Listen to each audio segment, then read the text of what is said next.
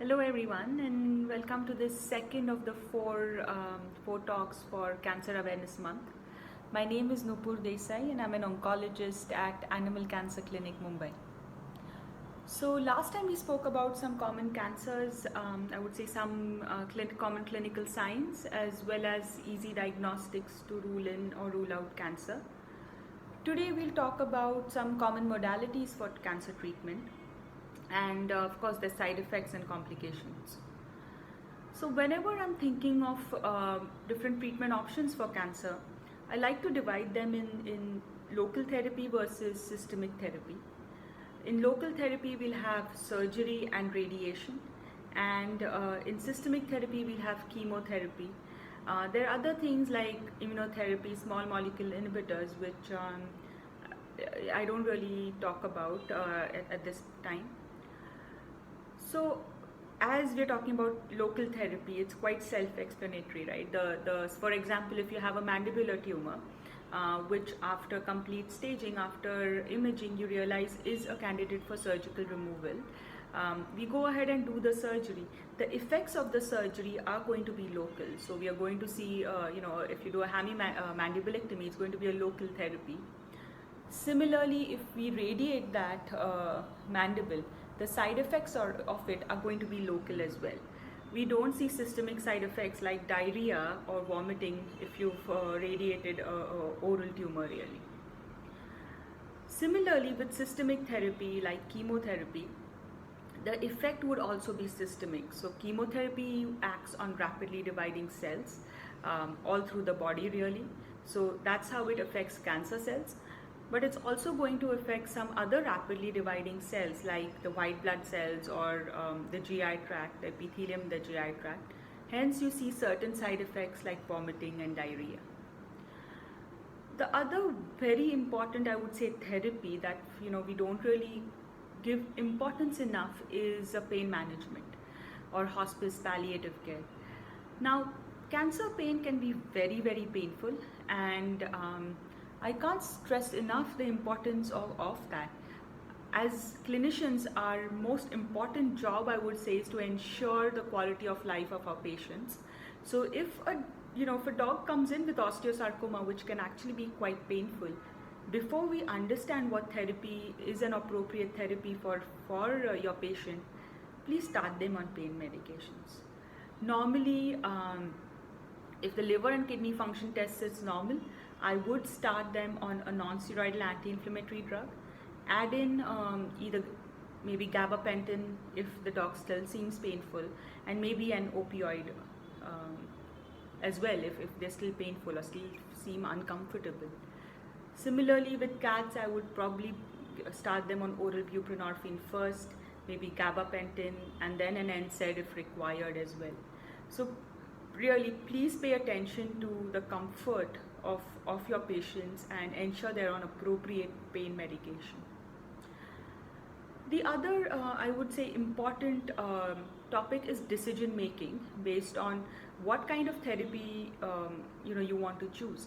So the decision making is dependent on a few factors. One of them would be, is this disease systemic or is it local? So again, if the disease is systemic, something like a multicentric lymphoma in dogs, which is basically a cancer of the lymph nodes or lymphocytes, you can't go in and surgically remove each and every lymph node. It's not really going to be helpful. So in that case, you are going to need something which addresses this systemically. So you're going to need chemotherapy for this patient and not surgery. Versus if this is a disease that has a low metastatic potential and it's locally very invasive like soft tissue sarcoma, in that case absolutely surgery would be appropriate. The other important thing to consider is it spread to any other part of the body? So for example, if or what is the metastatic potential of this? So for example, let's talk about osteosarcoma of the limb in dogs. We know that the metastatic potential is a lot. So in these cases, after surgery, say after amputation, you would want to follow up with chemotherapy. The other important factor to consider is the grade of the tumor. So Once surgery is done, it's very important to understand what the grade of the tumor is. Usually for a mast cell tumor or a soft tissue sarcoma, the grading is from 1 to 3, obviously 3 being the worst. The metastatic potential of grade 3 is also high. So if after applying local therapy, it's important to understand that you need to follow up with chemotherapy. So basically, for making all these therapeutic decisions, it's important to understand how the tumor is going to behave. It's important to understand if it's spread anywhere in the body. It's important to understand how locally invasive it is. So all these things have to be taken into consideration as a clinician before making a decision about what the best therapy is. And in a lot of cases, multimodal therapy is required. What that means is if in case of let's say an oral tumor where surgery is not an option, radiation would be appropriate treatment, or adding in chemotherapy in case there's also metastatic disease present. So you could do something called as palliative radiation and add in chemotherapy. So there's usually multimodal treatment what is required when you're talking about cancer treatment. So first let's talk about surgery. And while deciding if surgery is a good option, again you need to know if it's truly local or not. The other important decision or other important information would be the location of it. So if it's oral, right, your surgery pattern is going to be different, your technique is going to be different versus if it is on somewhere on the flank. It's very important to plan how you're going to close this defect once surgery is done. Important to know what the goal of surgery is. Is it just to keep the dog comfortable? So for example, if a dog comes in with a mammary tumor that's ulcerated but also has lung metastatic disease that is not very much at this time, but the ulcerative mass is causing the more quality of life limiting factor, then your surgery would be palliative, understanding that this is not necessarily going to increase the lifespan, but it will at least keep your patient comfortable. Also very important to discuss the risks of surgery, what the complications are going to be, what if any, are there any cosmetic changes. So all these things have to be conveyed to the pet parent before making any decisions. Also, when you're thinking of surgery, think of it in three dimensions. So surgical planning becomes very important. In this picture, what you're seeing basically is a mass where it's a very nice picture of the skin, the tumor, subcutaneous fascia, and then the muscle. So this potato-like tendricles that you can see going into the muscle, that's basically disease that's extending into the muscle. So if you decide to just remove it, as the picture on your left would show a dotted line, that's just about removing this tumor without removing muscle, this tumor is just going to come back. So an appropriate surgical dose would be to remove this tumor with margins, to ensure that you're getting that muscle layer, ensure that you're basically getting a deeper layer after the muscle layer as well. So usually I would prefer to do the muscle and then go down to the fascia level to get complete margins. So that's why it's very important to plan your surgery properly, which may even require a CT scan before surgical planning. So just talking about this case, this dog came into us with this tiny mass on the ventral abdomen. On a fine needle aspirate, it's come back as a mast cell tumor, and this dog is stage clean, which means there's no metastatic disease present anywhere. Usually while deciding margins, we mark it with a surgical sterile pen to let us know how much and where we need to take the incision. That's what you're seeing in this picture of those violet marks around. So one mark is around the tumor and the other one is the margin that we need to take. Different tumor types require different margins. So for example, a mast cell tumor, you would need 2 centimeter margins with one facial plane. versus a soft tissue sarcoma would require at least 3 centimeter margins and 2 facial planes. So you would want to remove one muscle layer going down right to the fascia. So it's important to understand these margins before deciding what kind of surgery you want to do. With proper surgical planning, in a lot of cases for low-grade tumors, you might also get a cure with surgery alone. Then, after surgery, the next local therapy is radiation therapy. I'm not going to go much into detail about radiation because it's just a lot that I can talk about it being my favorite. But yeah, so radiation basically, it causes death of cancer cells by causing DNA damage, and cancer cells are not very good at repairing this DNA damage. Like we said before, it is a local therapy.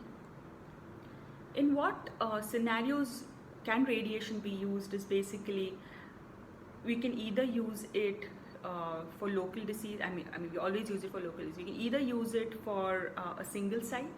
So let's say an oral tumor that is not amenable to surgery, we can radiate that, or radiate the local tumor as well as the lymph nodes, and that's something that we do in oral melanomas.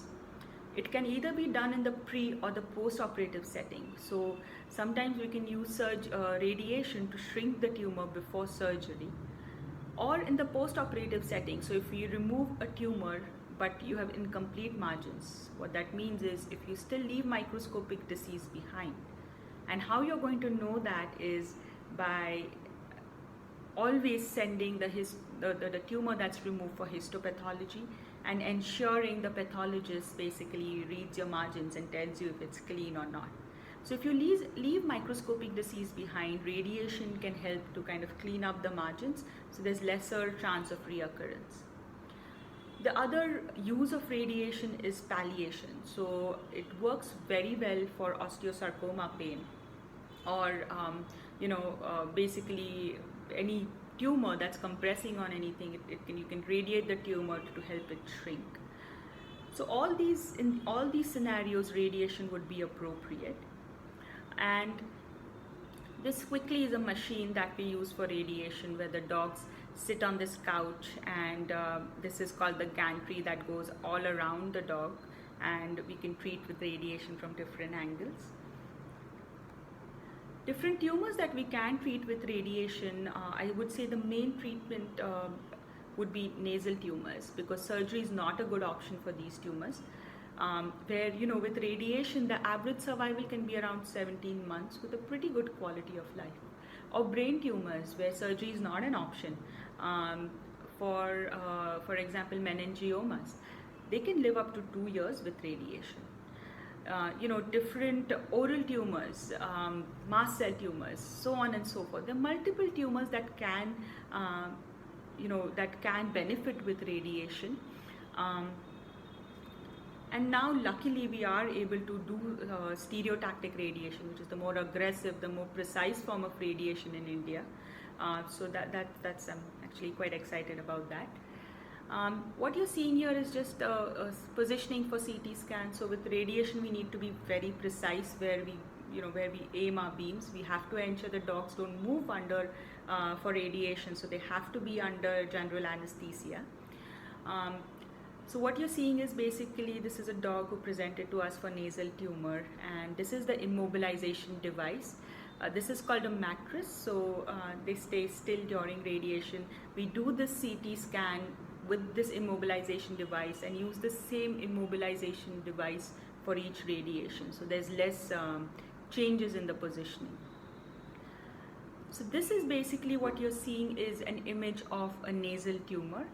And this is on the right is an image of a nasal tumor that we see after 3 months of radiation. So the before image is before radiation, and the after image is 3 months post radiation. Typically radiation is given either daily or once a week. Again, I'm not going to get into the details of it. We can talk about it a little bit when you're talking about osteosarcoma. But this is in brief about radiation. And just remember, we can now radiate in India, so it's a very exciting thing and a new, I would say, modality of treatment for us in India now. Then some side effects of radiation, again, it's an acute it's a local therapy, so you're going to see some side effects locally. These can happen in rapidly dividing cells locally as well. So if you're radiating the oral cavity, you can see some, some burn in the mouth, some loss of hair in that location. Nothing major usually. And then there are late-term side effects which can happen 6 months to a year post radiation. Then a very important topic is chemotherapy. Some things to remember with chemotherapy are: 1, it should not be given in tumors that are locally invasive but don't have a metastatic potential. There's no point giving chemotherapy to a soft tissue sarcoma that's 3 centimeters big, where you can easily surgically remove it. That's absolutely not a good option for that tumor type. Secondly, if you want to do chemotherapy, you have to be very aware of all the possible side effects, toxicities, understand what the normal dosing is going to be. Also, it can be given concurrently with radiation, or you can plan chemotherapy after surgery. So sometimes we can use chemotherapy before surgery to shrink the tumor and then surgically remove it. We do this sometimes for, say, mast cell tumors where they're too big to remove surgically. We'll give some chemo before, shrink them, and then surgically remove them. It can also increase the survival after surgery. For example, in osteosarcoma, after amputation, if we follow up with chemotherapy, the average survival almost becomes double versus if we don't follow up with chemotherapy.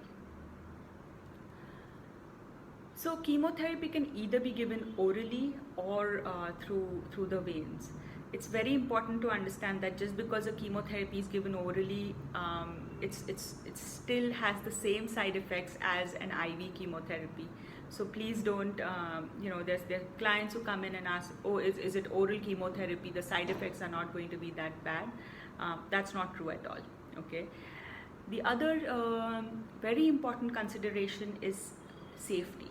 Safety of the pet parent, safety of the patients, and your own safety, whoever is administering the chemotherapy.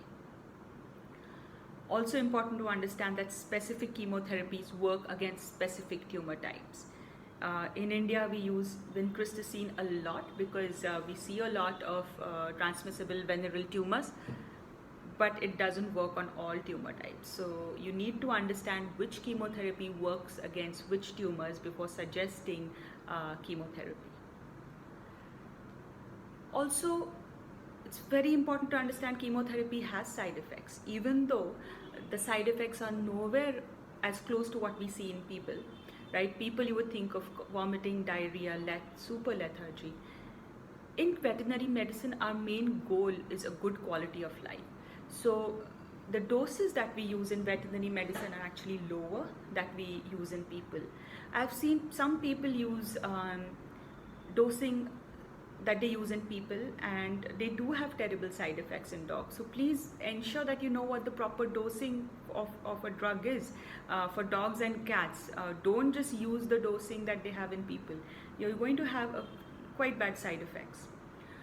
So as far as chemotherapy toxicity goes in dogs, in about 30% of the cases, you do see some significant side effects which would require oral anti-nausea medications or some anti-diarrhea medications.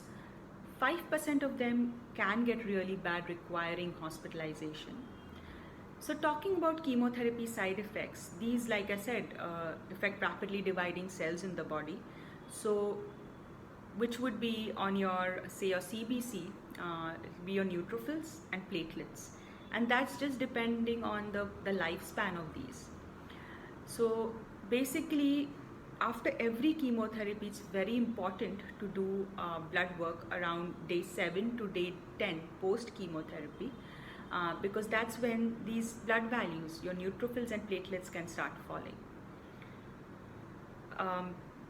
Also, Every time it falls, we don't need to use a stimulating factor. These normally come back up in about 3 days after they fall. So not in all cases you're going to need a granulocyte stimulating factor. The other important side effect would be GI toxicity, which happens about 3 to 5 days post chemotherapy, which would be vomiting, diarrhea. Um, Also, certain vomiting and diarrhea would be the main things, or nausea. Some dogs might be really lethargic day 1 to day 2 post chemotherapy. They might be a little reluctant to eat. I normally always give them medications. One, while administering chemo, I give them an anti-nausea medication before, and also give them oral medications for 5 days post chemotherapy. So it's very also important to understand different drugs have different toxicities. So low WBC count, especially neutrophil and platelets is one, vomiting, diarrhea is the other. But important to understand, like certain drugs like doxorubicin can cause a cumulative cardiotoxicity. Cyclophosphamide can cause sterile hemorrhagic cystitis. CCNU or lomustine can cause liver toxicity. So very important to know the side effects and the time frame of the side effects before starting a dog on chemotherapy. And last, safety. It's very, very important that you as a clinician or as a technician are safe while delivering chemotherapy. Always wear double gloves. I've seen people give vincristine with a scab without any gloves, without any mask. The reason why you need to be safe is chemotherapy does cause DNA damage, and if you don't want to get exposed to it, so please wear double gloves, wear a mask, wear a full PPE kit like you're seeing in this picture. While you're removing or extracting the chemotherapy, it needs to be done in a chemotherapy hood. Again, I'm not going to get into details of that at this point, but safety is very important. The second thing is, please ensure that you convey to the pet parent that up to 72 hours after chemotherapy, if they're handling the stool or urine, please wear double gloves, double bag the stool before disposal. After about 72 hours, it's okay. I would say the chemotherapy drug is kind of flushed out of the system, but it's important to convey this to the pet parents. It's okay for the dog to cuddle with the pet parents if they want to through the process. That's not one of the safety requirements as such. But it's important to remember the safety, especially as a clinician if you're dealing with chemotherapy day in and day out. So basically today we talked about different modalities. So local therapy would be surgery, radiation. Important to know, plan surgery properly, understand the margins that are required properly so that you don't leave behind microscopic disease. Radiation we didn't talk too much about. It's a very specialized, I would say, field that requires specialized equipment, but it's a great tool to have for certain tumors where surgery is not an option, or in conjunction with surgery, or before surgery as well, or just palliative care. Chemotherapy, understand that chemotherapy does have side effects. Understand that different tumor types respond to different chemotherapy. Understand what the side effects are going to be. One thing I didn't talk about is if there are side effects, it's important to dose reduce. Again, not getting into details about that. And please remember, safety is very, very important. I can't stress enough. Please wear gloves while giving chemotherapy, a double mask, a PPE kit. All of these are very important. So all right, thank you for joining us, and see you next time. Bye.